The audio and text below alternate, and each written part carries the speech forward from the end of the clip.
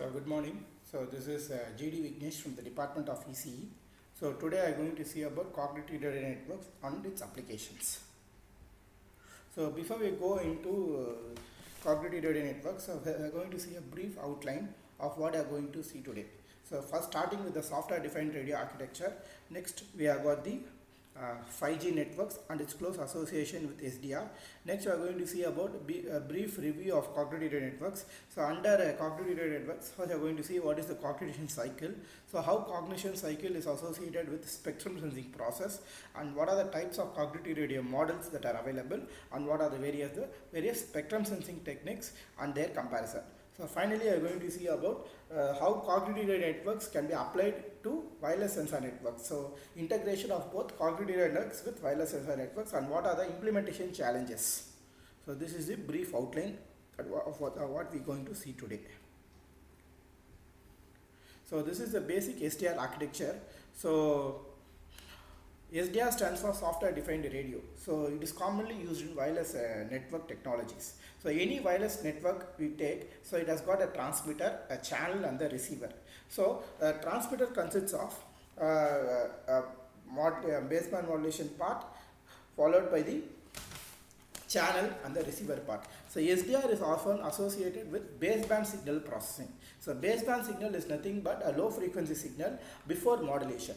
So this baseband signal processing is then followed by the digital front end, which consists of both A2D and D2A converters, that is analog to digital as well as digital to analog converters. And then we have got the RF section, so it is a high frequency section associated with the antenna. So the main difference between SDR architecture and other wireless system is that in SDR architecture, antenna is said to be a smart antenna. So using smart antenna, we can easily perform various operations such as beamforming and other operations for interference mitigation. So this is the basic architecture of the software defined radio. So software defined radio is usually implemented in this region, that is the baseband signal processing. So where all the processes such as modulation, coding, power control and encryption and decryption can be implemented purely in software, so instead of hardware. So in the previous traditional communication system, all these operations were implemented purely in hardware. So now they are moved to a point where you can translate all this hardware into software, and usually you can switch over between different modulation schemes by writing the code and dumping it into the hardware, and the hardware is going to perform the operation based on the instruction which is given by the user in the software. So this is the main implementation region where you are going to implement this SDR architecture. Whereas there is a fundamental challenge in implementing the SDR architecture in the high frequency region of the RF region. So we are going to see what are the challenges that are going to be facing while implementing this SDR architecture in this region, because it will have a direct impact on the capability of the A2D and the D2A converters, and also some impact it will create on the RF section, so which includes high frequency components such as filters, low noise amplifiers and such of so on. So we are going to see that. So one of the most important application of SDR is that it is usually associated with 5G networks. So we have seen multiple wireless communication networks generation starting from 2G, 3G, 4G and now it is 5G. So SDR implementation actually has happened in 5G network itself, 4G network itself. Later on, it has now enhanced its capability and performance and has been implemented in 5G networks. So we are going to see the definition for SDR. So SDR is a flexible communication technology. So where you are going to use, instead of traditional hardware components like filters, amplifiers and modulators, we are going to replace these hardware components by using software based programs or implementations to overcome these limitations of the hardware. So by using this concept, you can easily switch over between different modulation schemes. Power control is becoming much easier when compared to the case where it was implemented in hardware, and various baseband operations can be easily implemented by writing the code and dumping that code on the hardware device. So this is much flexible in nature and compared to traditional hardware components that were used to build up the wireless system. So some of the important applications of SDR are, first one is dynamic spectrum access, followed by multiple wireless standards it can support, and massive MIMO and beamforming. So these are three important advantages of using SDR. So the first case about dynamic spectrum access, it can easily change from one frequency band to another depending upon the requirement of the user in that particular frequency band. So to use that particular frequency band, we can go for various spectrum sensing process, which has become much more easier by the usage of software defined radio. Next, the second advantage of using is it can support multiple wireless standards. So even though it is associated with 5G networks, my SDR also can support interoperability with legacy networks like 2G, 3G and 4G networks also. So interoperability it can support. And third one is massive MIMO and beamforming. So one of the key advantages that has resulted in providing higher data rate when compared to other 4G and 3G networks. So it can support massive MIMO, so it can support multiple transmissions of data at the same time, resulting in higher data rate, faster data rate, low latency, multiple device connectivity and enhanced reliability. So beamforming is another technique. So since my antennas have become smart in nature in case of 5G networks, it can perform advanced computational capabilities such as beamforming to reduce my interference as well as to improve the data rate. So last application, so this is how my cognitive software defined radio has translated into cognitive radio. So SDR, when it is having cognitive capabilities or intelligent capabilities in 5G networks, has resulted in cognitive radio. My SDR has moved from its normal state to the cognitive state. So such capabilities can be used in various applications such as intelligent spectrum sensing as well as interference mitigation capabilities. So how SDR is employed in 5G infrastructure. So SDR is usually implemented at the base station. So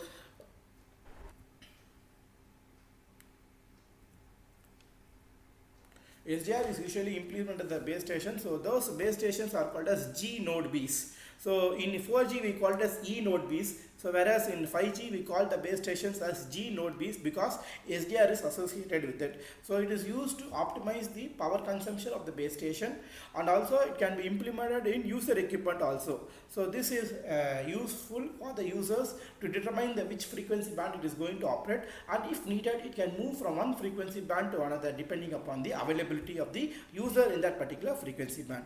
However, given the advantages of SDR will also have some such challenges. So the first disadvantage challenge is high computational complexity. So when you are going to perform complex operation, so it is consuming more power. So high consumption of power is the biggest disadvantage.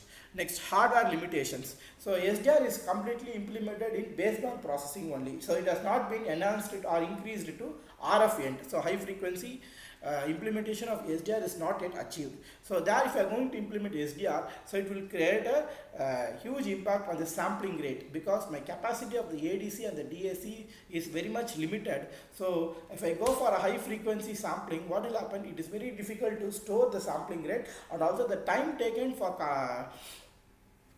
sampling a high frequency signal is also much large. So that will present a huge impact on the complexity of the ADC and the DAC and also the sampling power constraints. And finally I got the latency constraints. So by implementing the SDR we need to take into account what is how much latency can be tolerated and how much delay and jitter, all those perturbations of the signal can be tolerated. So now we are moved into cognitive radio networks. So SDR, from SDR now we are moving to CRN. So need to understand what is the basic difference between an SDR and CRN. So cognitive radio definition. So Joseph Mottola, who is considered as the father of cognitive radio networks, has defined the cognitive radio as a really smart radio that is self-aware, RF aware, user aware, and it has got a machine learning technology, so which can adaptively vary its power with respect to the RF environment. So this is basic definition of cognitive radio, which is given by Joseph Mottola.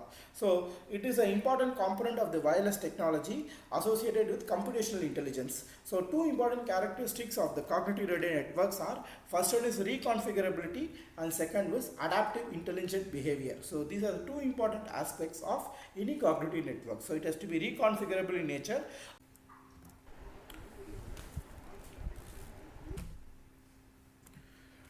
So some of the important capabilities associated with cognitive radio are, first one is flexibility and agility. So this important feature of cognitive radio networks helps to move from one band to another, and automatically it can modify its parameters as per the requirements of the channel as well as the user. Second important functionality of cognitive radio is spectrum sensing. So it will observe the current state of the environment, and based upon the feedback it has received from the channel, it can make decisions about spectral occupancy, etc. And third one is learning and adaptability. So since it has got inbuilt cognitive capabilities, it can easily learn from the environment, and based on the learning it has achieved, it can adaptively vary its characteristics as and when required. So that is various parameters like inputs can be easily modified to produce a desired output. So in general, we can say that a cognitive radio network is nothing but a software defined network associated with intelligence. So an intelligent SDR is simply called as the cognitive radio network. So one of the important application of cognitive radio network is my dynamic spectrum access, which is nothing but we have already seen in SDR. So it has been enhanced with cognitive capabilities. So the basic theory behind cognitive radio network is nothing but the cognition cycle. So this cognition cycle is a very important process that determines how the cognitive radio is going to operate by learning from the environment. So the basic cognition cycle consists of 4 different process. First is observe state, followed by the orient. Next, you are going to plan, decide and act. So to perform all these operations, the important thing that needs to be done is the learning operation, which is done by the cognitive radio networks or intelligent SDRs. So we have got the outside over here. So the SDRs first needs to observe. So in the observe phase, so it will observe what are the events that are going to happen in the surrounding environment.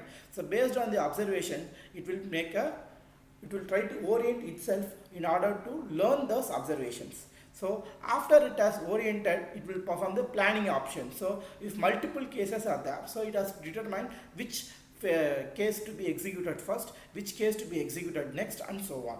So this is done in the planning phase. So after planning, I need to decide how to work out that plan. So that is the most important case. So where I am going to decide how to execute the things that have been already planned. So once I decided to execute, then how I am going to execute is a very important step, and that is done in the acting phase. So all these phases are controlled by the learning phase. The learning phase is a very, very important phase which will coordinate all the events of the cognitive radio network. So only if it can learn, it can perform all these activities. So this is the basic cognition cycle. So an SDR needs to be incorporated with all these features in order to become an intelligent cognitive radio.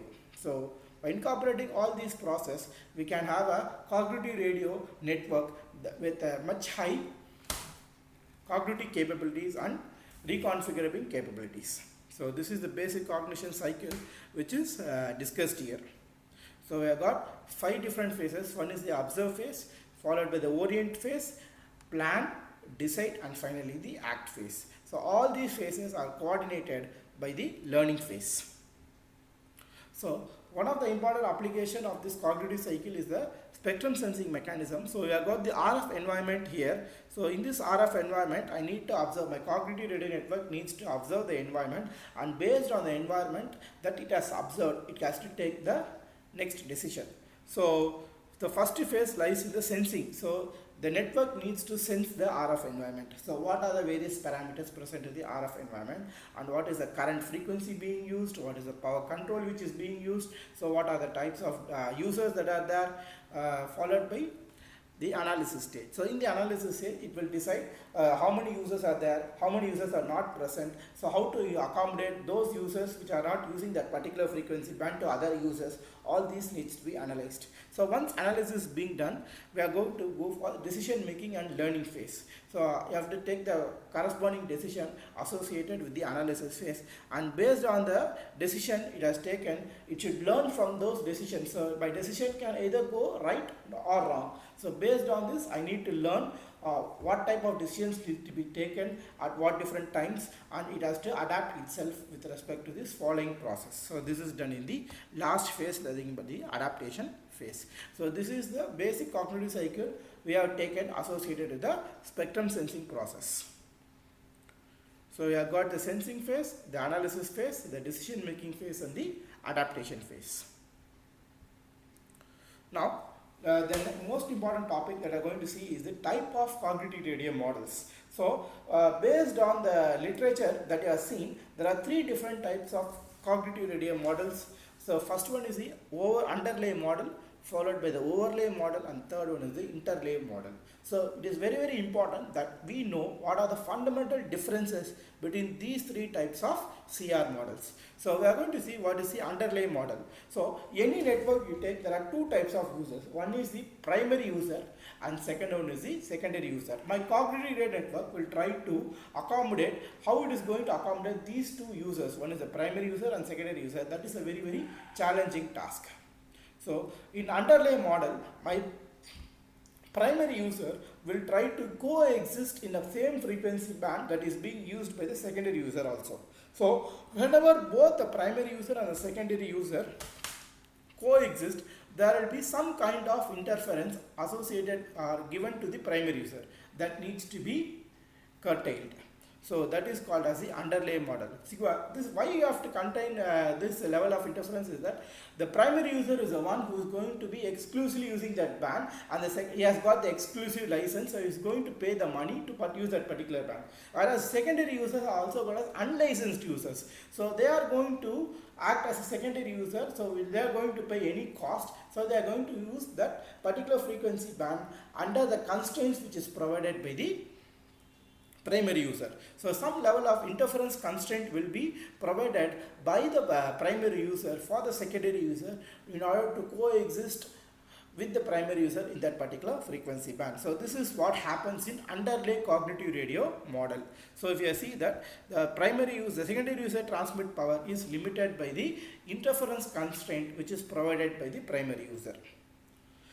Second one is the overlay model. So in overlay model also, the primary user and the secondary user may transmit at the same time along with the same band, but decoding of the primary user is possible because the primary user will know the information which is being transmitted by the secondary user. If that information is known to the primary user, even though interference is there, is coming to the primary user can easily decode its original information by performing some decoding algorithms. So this is another type of model called as the overlay model. So this overlay model assumes that the secondary user knows the channel gain, the code books and the messages used by the primary user. So based on the information which is known, it can easily decode the message. And third is called as the interwave model. So in interwave model, so whenever a particular frequency band is not used by the primary user, only then the secondary user can move in that particular frequency band that is being that was used by the primary user.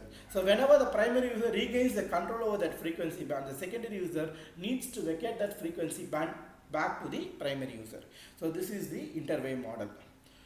So in interwave model, the major drawback is that if two primary user and secondary user are closer to each other, so if the secondary user power is going to be very, very high, that will create harmful interference to the neighboring primary users. So that needs to be avoided. So in that case, I need to go for power control mechanism. So these three cognitive radio models has been given in this diagram. So first you see about the interwave model. So the primary user is marked as brown in color, while the secondary user will be marked as blue color or violet color. So if you see here, first is the interwave model. So here the primary user is active, whereas the secondary user is inactive. So the primary user is active and the primary user is inactive. So in this case, the secondary user can come and accommodate in this frequency band and it can transmit. Whereas the second case, so we have got the underlay model. So we have got the entire frequency band which is occupied by both the primary user and the secondary user. So here the secondary user is shown by violet color. So it is occupying the entire frequency band which is allocated to the primary user. But it can transmit at the same time with respect to the primary user associated with the interference constraint.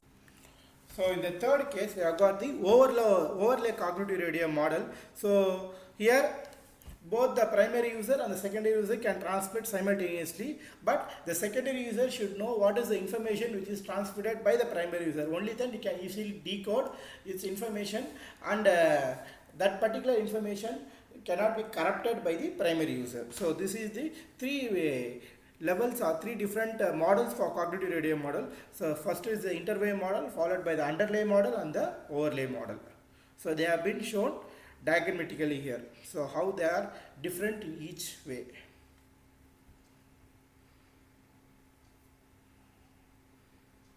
So here one of the important applications of cognitive radio that I studied here is spectrum sensing. So in literature there are several spectrum sensing techniques that are available. So cognitive radio spectrum sensing is commonly divided into two parts. One is the conventional or the traditional spectrum sensing model, and the second one is the cooperative spectrum sensing. So under conventional spectrum sensing, there are again two types. One is coherent based spectrum sensing and non-coherent based spectrum sensing. So what do you mean by coherent? So everyone knows what is coherent. So if my transmitted signal is matched with respect to the received signal, then they are said to be coherent. So there is a phase lock associated with the transmitter as well as the receiver. So under coherent based sensing, so you have got cyclostationary based sensing detection and matched filter detection. Under non-coherent, so here there is no phase synchronization involved between the transmitted and the received signal. So it can include various techniques like energy based detection as well as eigenvalue based detection. So all this will come under conventional based spectrum sensing. So we have, on the other hand, we have also got cooperative based spectrum sensing. So this is of much higher accuracy when compared to conventional based spectrum sensing. So here in cooperative based spectrum sensing, the spectrum sensing decision will be taken not by a single node, whereas it will be taken by a group of nodes based on the collective decision process. So it has got high accuracy, spectrum sensing accuracy, and lower false alarm and detection probabilities compared to conventional based spectrum sensing. So cooperative based spectrums, again there are two types. One is centralized based spectrum sensing and second is distributed spectrum sensing. So this is the broad classification of various spectrum sensing techniques that are available for cognitive radio in the literature. So first you are going to see about energy based detection. So this is the most simplest detection technique that does not incur a lot of cost, nor it is computationally difficult to perform the sensing process. So it is a very, very simple process. So energy is nothing but power into time. So we are going to observe what is the power consumed by the sensor node over observation period t, so it will give the energy. So the received signal strength is a very, very important parameter that is being measured over a particular time to determine whether the spectrum is available or not. So in order to determine the occupancy of the PU node in the particular frequency band, this spectrum sensing can be used. So if you see, the received signal is being squared and integrated over the observation interval. So when you square the signal, we take the magnitude of the signal, then you square it, and if we are going to integrate or perform summation over a particular interval, you get the energy of that particular signal. So the output of the integrator is then compared with the threshold device to decide whether the primary user is available or not. So this decision rule for energy based detection is given as follows. So here we see the y of n is the observed signal. So it is being taken as the magnitude, then it is being squared and summed over a number of samples ranging from n is equal to 1 to capital N. Capital N is the number of samples, and once you find out the energy of the signal, you are being comparing with the threshold. So the threshold is nothing but mu. So this threshold depends on various parameters like noise, variance, etc. So this whenever it is lesser than the threshold, then we have got the hypothesis called as H naught. So H naught indicates that the primary user is not present. So it indicates the absence of the primary user. So if this condition is not valid, we go for hypothesis H1. So that is primary user is present. So based on the decision, we are moving two different hypotheses, H naught and H1, corresponding to the absence and the presence of primary user in that particular frequency band. So this is the energy based sensing detection. Next we are going to see about the matched filter detection or MF based detection. So some of the drawbacks of energy based detection can be easily compensated by using matched filter based detection. So this is an optimal method that tries to minimize the signal to noise ratio of the received signal even in presence of noise. So however, the most important thing about MF based detection is that I should know some knowledge, I should have some knowledge about the primary user signal. So it requires a prior knowledge. So we will try to correlate my known signal with the unknown signal in order to detect the presence of primary user. So the output of the matched filter is then compared with the threshold in order to take the following decision H0 and H1. So here see here, if my received signal is y of n, then it is being correlated with the known signal x of n. So x of n is the primary user transmitted signal which is known to the receiver. So when you are going to correlate over n number of samples, if it is lesser than the threshold, we go with the hypothesis H0. Otherwise, we are going to the second hypothesis H1, which indicates the presence of primary user. Here again, mu represents the decision threshold.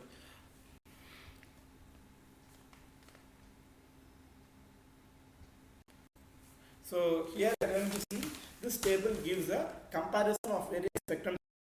So we have studied about energy based detection, that is ED. Next we have seen about matched filter detection, and third one is cyclostationary based detection. So each detection technique has its own pros as well as its cons. So if we see about energy detection, so some of the advantages are, first, it is low cost, it is much simple and faster in detection. So the detection time is going to be much smaller, and it does not require any a priori knowledge about the presence of the primary user signal.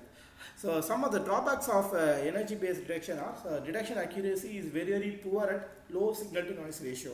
So whenever you are going to have low SNR, so detection of primary user is becoming a big challenge. So accuracy will be greatly reduced, and it cannot distinguish between the type of user. So we do not know what type of users are primary and what type of users are secondary. So that is the main drawback of ED based detection. Next we are moving to the matched filter detection. Advantages are low computational cost and optimal detection is possible. So I am able to increase the accuracy of detection even in presence of noise. So when compared to ED and CS based detection, so accuracy is greatly improved with matched filter based detection, as I got knowledge about the primary user signal. So some of the disadvantages are, so additional information is required. So the additional information required is the presence of primary user signal that should be known, and also there should be tight synchronization with respect to the transmitter as well as the receiver. If there are any synchronization errors or phase errors, then this matched filter detection is very, very poor. So I need to have tight synchronization with respect to the transmitter as well as the receiver. And third one is the cyclostationary detection. So it is also a very good detection technique under very low SNR, similar to matched filter detection, and also it is robust to interference. So it has got higher detection accuracy when compared to ED based sensing technique. So this is the advantages, and so multiple disadvantages also. High computational cost, requires a longer sensing time when compared to energy based detection, lesser detection accuracy compared to MF based detection, and last important point, it is applicable only to periodic signals. That is the most important drawback of cyclostationary based detection, preventing it from using in practical scenarios. So most of my real-time signals are not periodical in nature, so they are non-periodic in nature. So this is the fundamental limitation of cyclostationary based detection to be employed in real-time practical signals. So this complete table gives both the pros and the cons of each spectrum sensing technique. So which one is better and which one can be used in which type of scenarios, how its performance can be improved when compared to other sensing techniques. All these things have been demonstrated here.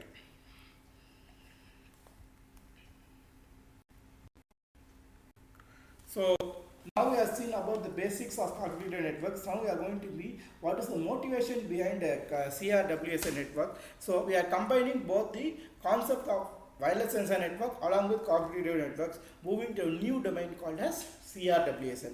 So the main motivation is that most of the wireless sensor networks are going to operate in the free band. So whenever it is going to operate in the free band, the number of primary secondary users operating is going to be very high. So that will create unwanted interference to the neighboring users. To overcome this interference, we apply those wireless sensor node with some cognitive capabilities that are capable of